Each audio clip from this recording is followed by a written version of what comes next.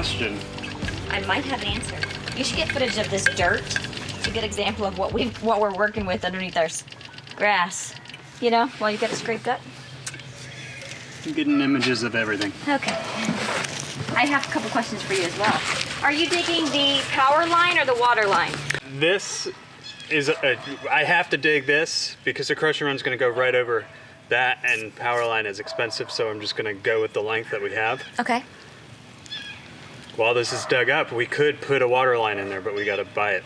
Well, that's what I was gonna say. I'm like, whenever you were digging, I was like, surely he's not gonna put one of those old hoses in the ground because they are terrible. No, the only issue with a water line. Well, what about like this big black thing here? It's kinked, it won't work. Darn. Okay. That was the water, what was left over from our house run. Yeah, I was gonna say, isn't that water line? But if you want it. Side note, look at how great that driveway looks.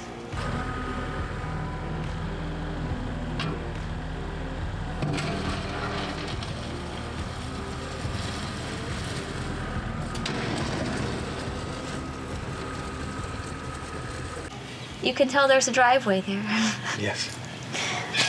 If we're not going to do the water line right now, we could just put the spigot like over on that side of the fence and dig the trench for the water line before we do the driveway. Did you measure this area yet to see what the span is going to be of that temporary port thing? No. No. You also didn't let the chickens out this morning? I did that. I'm working. That's part of work. That's morning chores, mister. If you were a kid of mine, I'd have you by the ear. Ooh. So here's my beef with this. Oh, you have beef. Okay. I can bury that cable and it will probably be okay. This is very Probably. rocky ground.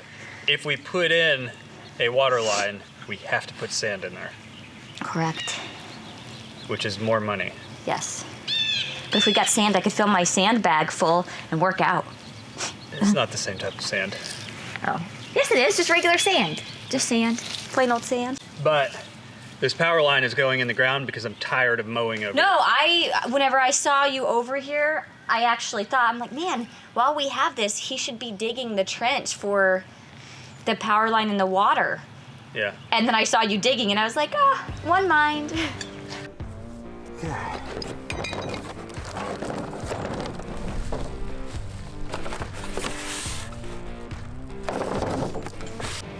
This is a PROFLO PRUMBER Hydrant, and basically this is a frost-free hydrant, which means that as there's a frost, it will drain. There's a valve down at the bottom here that goes into the ground, and it'll drain out of that valve. Now I got the 3-foot bury depth. I'm not actually going to bury this 3 feet into the ground.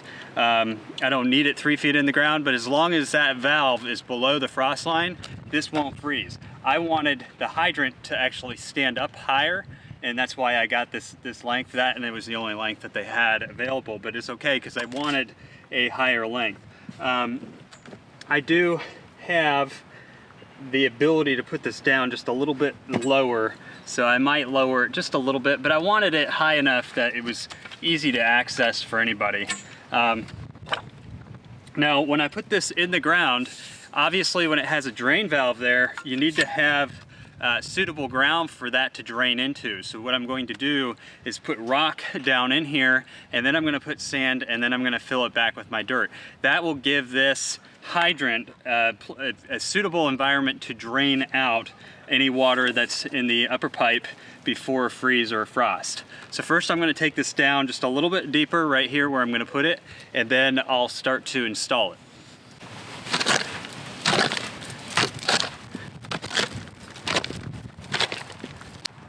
Okay, so something I wanted to show you guys here is I am using a 1-inch line. This is a 100 PSI irrigation line, nothing super fancy. And so what I wanted to do to make sure that I'm not putting pressure on that line is I went ahead and I put it in an elbow. Now this elbow is a reducer. No. This is just a regular elbow. It's a 3/4 elbow. And then I put in a 10-inch 3/4 inch steel pipe, And then I have a reducer here that goes from the 3/4 out to the 1 inch because I have a 1 inch line. And then here I have my adapter to go into the plastic line. And that way I'm not putting any pressure on the hose itself. I've got most of the pressure built up here on the steel, and I feel safer doing that. You don't have to do it that way, but I would recommend if you're using plastic irrigation lines that you do something comparable. It'll help protect your line, and in the long run you don't want to have any leaks or issues, so it's better to just kind of overbuild things sometimes. Of course, you're probably saying that the 100 PSI is not overbuilding. I should have gone with like a 160 PSI, but that is just kind of, I think, in this application, a waste of money. To our house, I do have a much heavier duty line, but that's to our house. Okay, so I'm gonna go ahead and attach this.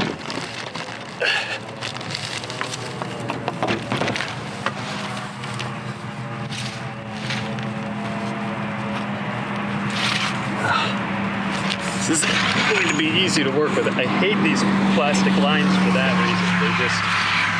They don't like to fold in the direction I want them to because they've been in a coil, so they're all roly-poly-ish.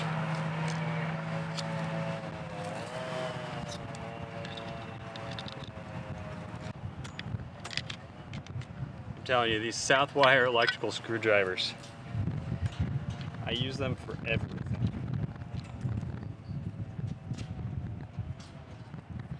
And these just use a clamp, which I was told by the guys at Lowe's is perfectly fine under the ground. I guess we'll find out.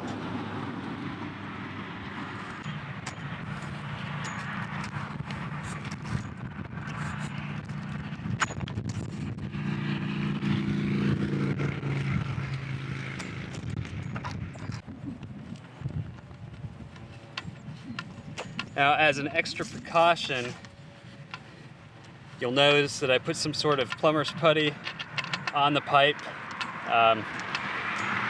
When I'm building things that are going to be going underground, places where I can't see them, I don't like using plumber's tape on the steel threads. I prefer a longer lasting putty. And definitely when I'm affixing these plastic pipes to the steel, I use them. I feel like I'm just giving myself a little bit better protection there that I wouldn't get if I didn't do that. Okay, so now I'm gonna go ahead and set this down into the ground. Here's the putty I was using. It's just a slow dry, soft set, threaded pipe sealant. And I put that on my plastic footings as well as my steel pipes. Now I'm gonna get some rock. Got some right here, just need to get a shovel. And I'm gonna put it down underneath it and then around it. And what I'm probably gonna do is go ahead and pack this pipe in tight, like that. And then just slowly, I'm gonna leave the plastic end exposed so I could check that for leaks. I've already kind of pre-checked the rest of the plumbing on this, so I'm really just concerned about whether or not the connection I just made leaks. Okay, so I've actually put a pretty good amount of rock in around the base of this thing. And I'm just gonna put in enough to finish off what's in the tractor at the moment so I can go fill it with some sand. But before I do that, I'm just gonna try and get this the way I want it. Use maybe some larger rocks to help position it.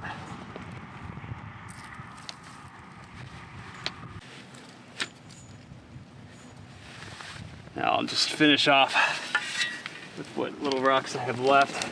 But this is what is going to allow this to drain out.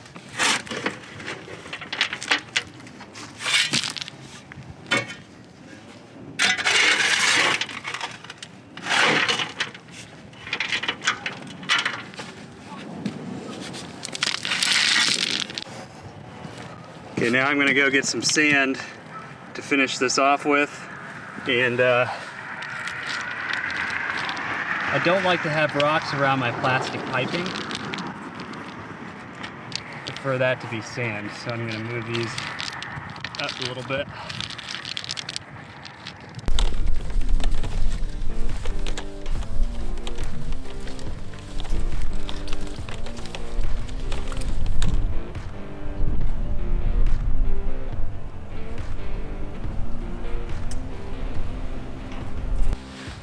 So the first hydrant I put in is about 80-90 feet in that direction over there. I only have a few feet left of a 100-foot line, so about 100 feet, maybe 90.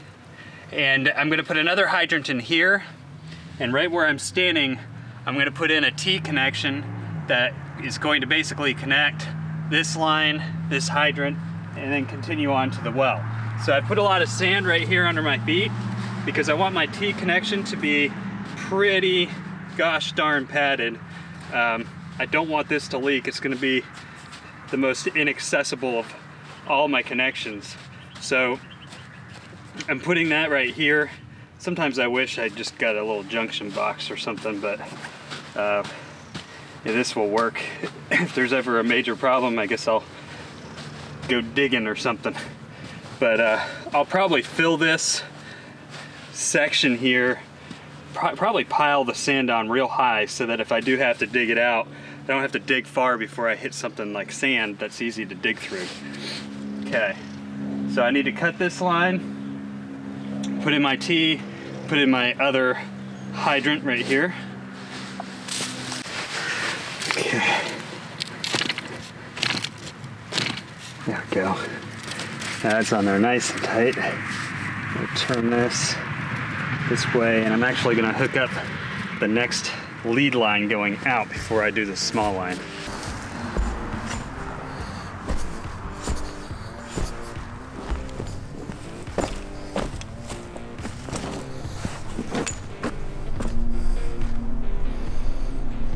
So this is the area that you saw me digging up in the video. In fact, when I was talking to my wife, I was walking right through here, and the trench is right here. So we've cleared it. I've leveled it out with some crush and run, and we're going to be doing some things in this space as kind of a temporary place for equipment and things that you've seen probably equipment pieces all over your yard in videos. Now you'll notice that hydrant back there still isn't done. I'll explain that to you in a second, but first let me show you what the other hydrant looks like. So this is my hydrant, and this is about the height that I wanted it. Now the thing about these is if you don't bury them 3 feet, so you should only have about 27 inches above ground, something, you know, in that range there should be above ground. I think it's pipe, but if you don't bury it 3 feet, there's a higher chance of the hose getting pulled and hurting this. It feels pretty solid right now. I'm not quite done with this yet. I'm actually going to build up a little more. This right here is going to be a light pole with a light switch for our floodlights out here and some power outlets, which will probably be on the back side away from the water. Between this pole and this fire hydrant, I am going to be building up the ground a little bit more here with some crush and run and some drainage rock because I want the water from the hydrant to be able to drain out somewhere. Right now, when I turn this on, it just spews all over the ground here. So they definitely work. I am going to turn the PSI up on these a little bit, but the other thing that I'm probably going to do on this hydrant, for example, is have an attach hose that's attached to this post so that you have to connect it here, and then that'll come off, and there'll be a hose hanger here that attaches the hose to the same kind of attachment. That way, if somebody wants to use the hose and they're pulling it, if they get to the end and they're not paying attention, it pulls on my post and not my spigot. But I am going to show you guys what happens when you do break a spigot. I'm sorry, these are called hydrants. So here is our other hydrant. This is the end of our water line. You can kind of see here, I've got a piece of wood that's broken up and the fence needs some repair. What happened was I was trying to bury this and spread the dirt back in with the backhoe or the tractor, and when I lifted the front end loader up, it got stuck on this, and then the hydraulics jumped and got wrapped up in the bucket got wrapped up with that, and as the tractor was backing up, and it just broke this right out of the ground. Now where it broke was actually right here on the steel.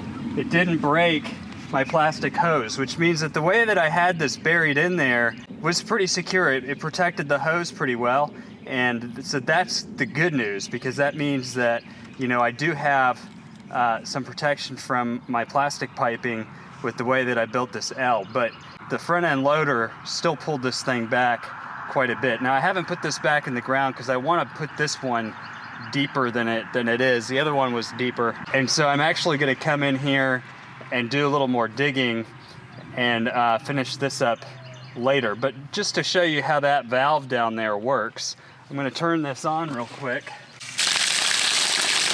Now when I turn it off, see how the water feeds out of there? And that's what keeps your line from freezing. So even if you do put these up high and you plan on doing something different, like I'll show you guys how these look when I'm done with them. You'll see how I build up around this to protect it a little more, but you want to get that valve to be below your frost line. And the other one is this one, because of the way that I wrecked everything, it's no longer below the frost line. It's actually sitting in here at an angle. It's got to go a lot deeper again before I fix it. And I've got to put rock back in there so that drains properly. I've really kind of made a mess of things. When I busted that, obviously I got sand back in the lines, just like I did when I did my well line. So that was a bit of a mess, and water was squirting everywhere, but it definitely, I think these hydrants are fantastic hydrants for their price. They seem to be doing everything that they're designed to do. Of course, we'll see how long they last. So this has kind of been my adventure for the past few days. You watched the well video. I worked on these spigots. I've got a few more videos coming out for you. And as I do some of my market update videos, I'm gonna mix in some of more of these project videos, because this is what I'm doing, and I want people to be able to see that I'm actually out here doing this stuff. I'm building out an infrastructure on this property because I want this property to become a sustainable residence. Right now, because of the coronavirus, we've pretty much kind of quarantined ourselves out here in the middle of nowhere. We like to just kind of stick to ourselves and let the world evolve around us during things like this. But the more that we have built out correctly on this property, the easier it is to maintain, and the more functional it becomes. We're working on getting some more livestock out here, which is why I wanted these hydrants put in. The one hydrant on one side is for, you know, washing equipment and doing things up here on the crush and run pad, and then the hydrant by the fence is obviously for the livestock. But that was about a 150-foot run from the well house, and I have good pressure, but I'm going to increase that pressure a bit. I'd like to get my pressure tank fixed before I go increasing the pressure everywhere else. Luckily, we don't really have to start worrying about watering gardens and stuff for a little while longer. So if it takes me a little bit to fix that pressure tank, I've got a little bit of time. This is our old barn back behind me. We've been working on tearing that down, but in order to get that down, there's some things in there that are actually good, believe it or not. And so we needed this pad in part to be able to put up a temporary shelter to move equipment into. And I'm working on another big project that you'll see coming out in some of my videos that's pretty exciting on the other side of the house to kind of help with that situation, so that we can get this old utility barn torn down and eventually figure out a place for a new utility barn. We also expanded our driveway. We made it pretty wide, and that's so that trucks with trailers can get into our property fairly easily. It makes it easier for us. We've got a teenage daughter with a car. I've got the big F-250. We've got the Tahoe. You know, with multiple cars, makes it easy if you have a place where you can actually park things. So I'll be putting out a lot more videos now that we've gotten past some of the events that we've been working on lately, and we do have some videos coming out from our studio company, our production company, which is exciting. There's one coming out on bison I'm pretty excited about. We'd like to keep expanding on those videos. So if you're interested in learning about raising bison, we went to a small bison farm here in North Carolina up in the mountains, and it was just a really cool experience. So that video should be out probably within the next week. So stay tuned for that.